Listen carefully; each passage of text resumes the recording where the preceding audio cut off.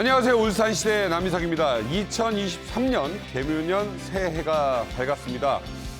지금 제 뒤로 일출 사진 보이십니까? 유난히도 올해 첫 태양은 밝고 기운차 보입니다. 많은 분들이 소원을 비롯했죠. 건강했으면 좋겠다. 우리 아이 시험 잘 봤으면 좋겠다. 돈 많이 벌었으면 좋겠다. 저는 제 아내가 좀 순해 보였으면 좋겠다. 이런 소원을 빌었습니다.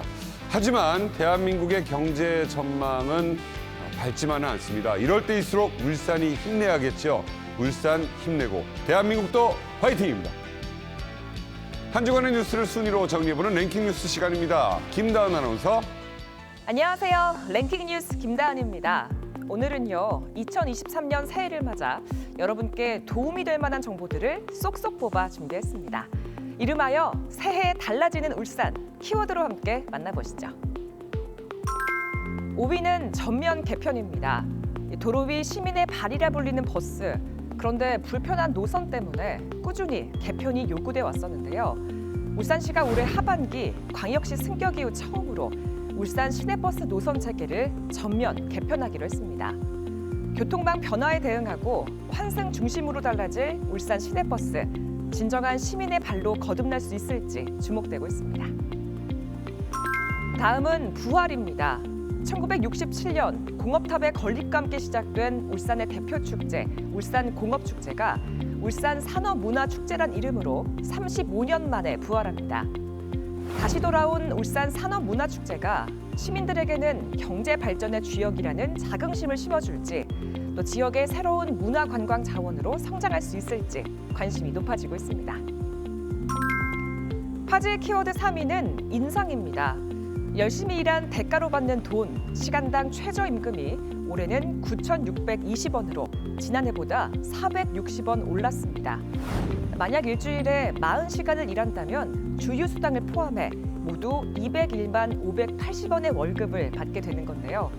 이 끝을 모르고 오르는 물가에 팍팍해진 서민들의 삶이 이 최저임금 인상으로 조금이라도 나아질 수 있길 바라볼게요. 이어서 2위는 영원입니다.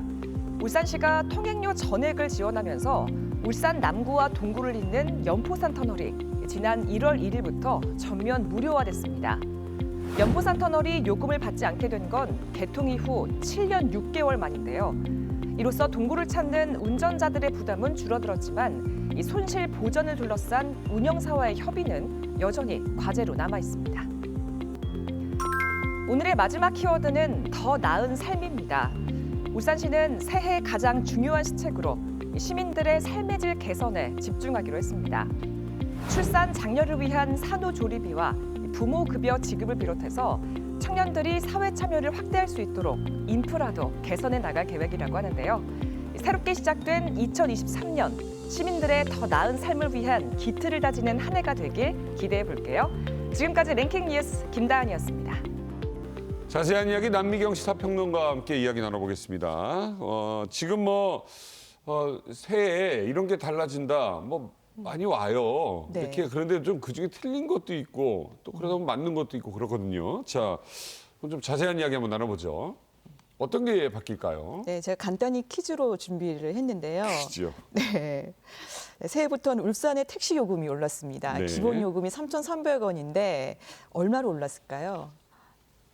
3,300원이면 보통 이럴 때 한 300원에서 500원 정도 오르지 않을까요? 700원 정도 올라서 700원. 네, 4,000원으로 올랐습니다. 네.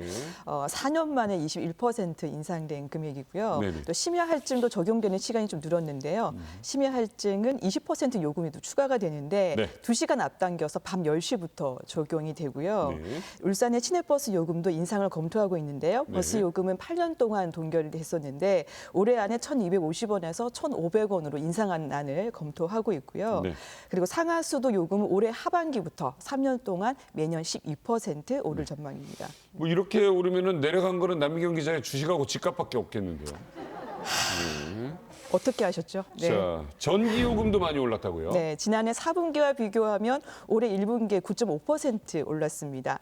한 분기 인상폭으로는 1981년 2차 오일 쇼크 이후 최대 인상폭인데요. 네. 4인 가구 기준으로 하면 월 4,000원 정도 오른 건데요. 네네. 중요한 거는 2분기 이후로도 더 오를 가능성이 좀 크다는 거고요. 여기에다가 가스요금도 2분기부터 또 올리는 안을 검토하고 있거든요. 네. 지난해 울산의 물가가 한 5% 정도 오른 상황인데 이렇게 되면 물가 전반을 다시 좀 자극할 수가 있어서 네. 서민들 살림살이가 더 팍팍해지지 않을까 생각이 됩니다. 그럼요. 이게 진짜 단돈 뭐 100원, 500원 아끼는 분들 얼마나 많은데 이렇게 오른다는 거 참 쉽지 않은 얘기입니다. 더더군다나 뭐 택시 타시는 분들 얘기 들으면 울산은 조금 왔다 갔다 하는데 좀 많이 들더라고요. 그렇죠. 좀 멀리 떨어져 있다 보니까 예, 좀 부담이 될 것 같습니다.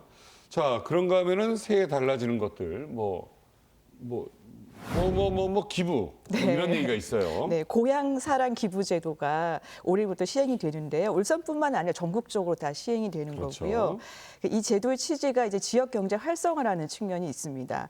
고향을 떠난 분들이 고향에 대한 관심과 지지를 현금으로 기부할 수 있도록 이렇게 기회를 주고요. 네. 또 재정이 열악한 그 지역에서는 받은 기부금으로 다시 또 지역에 필요한 예산을 쓰는 건데요. 그렇죠. 그래서 이제 지역의 재정 수입을 올리는 것이 고향 사랑 기부 제도의 취지거든요. 네. 이게 이제 일본의 고향 납세 제도와 좀 유사합니다. 고향 납세 제도. 예. 이게 처음 도입했을 땐 좀 미미하긴 했었는데 나중에 2013년부터는 사실 되게 그 세금이 폭발적으로 늘었는데요. 네. 그 이유가 이제 홍보를 강한 좀 측면이 있고요. 또 하나는 소득 공제 한도를 좀 확대를 한다든지 네. 아니면 또 답례품이라든지 이런 기부를 하면 지자체마다 답례품을 주는데 이런 답례품의 종류와 질 개선을 좀 꾸준하게 한 게 도움이 됐습니다. 네. 그러면 우리나라도 이렇게 기부를 하면 네. 뭐 지역의 물건이라든가 이런 걸로 답례를 받을 수가 있나요? 그렇죠. 뭐 일단은 자신이 살고 있는 거주지에는 기부가 되지 않습니다. 네. 다른 지자체나 또 기초단체에는 500만 원 한도로 이 기부를 할 수가 있고요. 예를 들면 제가 제 주소지가 울산시 남구거든요. 네. 그러면 저는 이제 울산시에도 기부할 수가 없고요. 울산시 남구에도 기부할 수 없습니다. 왜요? 예. 제 주소지에 기부할 수는 없다는 그런 특징이 있거든요. 그렇지만 울주군이라든지 북구, 중구에는 또 기부를 할 수가 있습니다. 주소지가 아니기 때문에 네네네네. 그래서 대부분 이런 좀 모르시고 계시는 것 같은데요. 그리고 답례품이나 또 세액 혜택도 있습니다. 대개 좀 지역 특산품을 이 기부 금액의 30% 이내로 주는데요. 그래요? 네, 그리고 또 세액 공제 혜택은 10만 원까지 또 전액 세액 공제를 하게 됩니다. 네. 어쨌든 뭐 인구가 주는 것도 많고 해서 요즘 도지사님들이 여기에 굉장히 힘을 주고 있어요. 네. 저도 충청남도에 하고 계시잖아요. 가서 이 고향사랑 기부제 관련해서 홍보대사 역할도 지금 맡았거든요. 자, 어쨌든 뭐 여러 가지 좋은 점은 좀 있을 거는 같아요. 그러니까 연예계에서 이제 기부를 하겠다는 소식이 좀 전해지면서 네. 좀 홍보가 되는 측면도 있고요. 네. 울산시 같은 경우는 아직까지 그런 소식들은 없는데 그런 훈훈한 소식도 전해줬으면 좋겠습니다. 이게 좀 뭐 지역의 인구도 줄고 또 네네. 그러다 보니까 이렇게 뭐 세금 거치는 것도 좀 적고 하다 보니까 좀 이런 게 좀 방안으로 떠오른 것 같습니다. 네. 그래서 지금 지역마다 주는 좀 답례품도 지금 주목을 받고 있는데 뭘 주나요? 부산은 또 어묵이 유명하잖아요. 예. 그래서 어묵이라든지 또 어묵을 돼지국밥, 줘요? 네, 돼지국밥 세트를 주기도 하고요. 또 경북은 안동 간고등어. 네, 뭐 가메기를 주기도 하고 네네. 또 전주는 한옥마을 숙박권을 오. 준다고 합니다. 울산은 뭐 울산은 엔진 오일 같은 거 이런 거 주나요? 그렇진 않고요. 동구 대왕암에 이제 카라반 이용권 그리고 이제 중구 같은 경우에 목공예 체험 이용권을 준다고 합니다. 그러네요. 남민경 기자가 네. 재치가 워낙 번뜩이시니까 그 울산에서 또 다른 거 답례품 하면 뭘 줄 수 있을까요? 일단 미역도 유명하니까 미역? 네, 가자미도 유명하니까 가자미를 주는 것도 좋은 방법이지 않을까 생각이 좋네요. 듭니다. 방건조한 것도 많고 하니까 이거 진짜 좋은 아이디어입니다. 네. 자, 다음은요. 산후조리비 신설.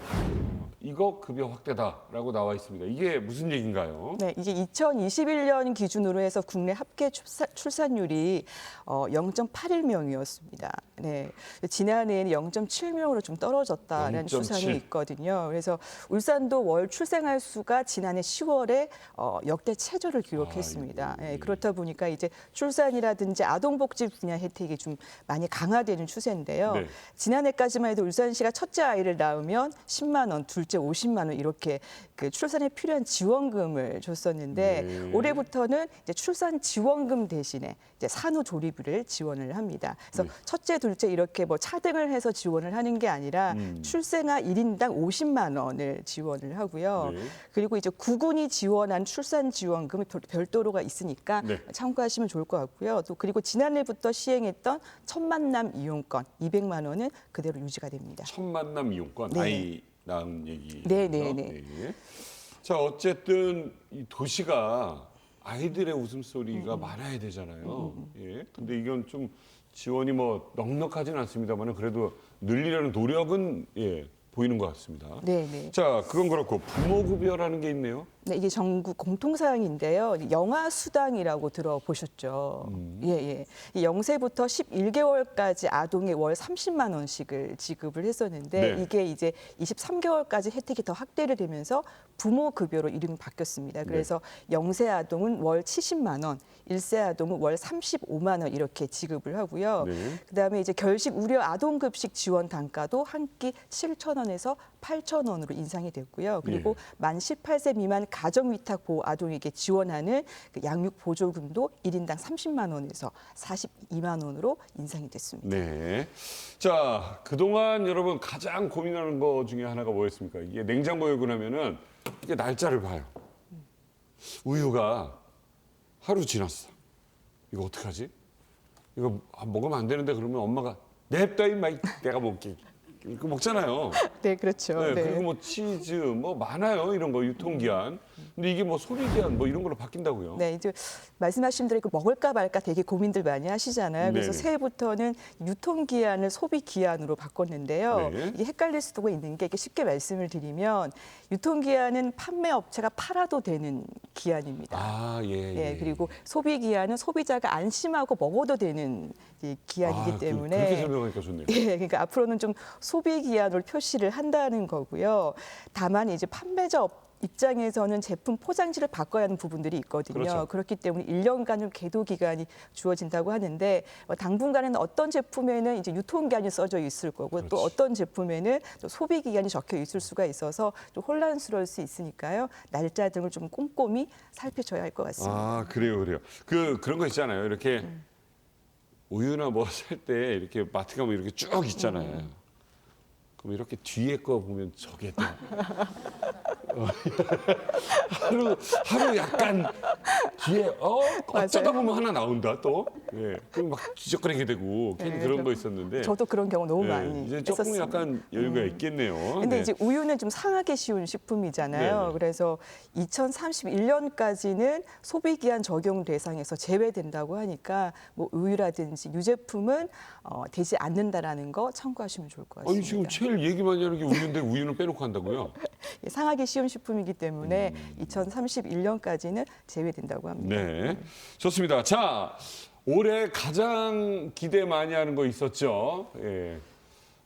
나 나이 한 살 어려진다. 네. 뭐 생일 늦어가지고 나 2살 빼라. 뭐 이런 얘기하고 있어요. 네. 이게 무슨 얘기입니까? 네, 이게 말씀하신 대로 일상생활에서 워낙 이제 혼선이 있다 보니까 국제적으로 통용되는 만 나이로 이제 사용하기로 했는데요. 그렇죠, 그렇죠.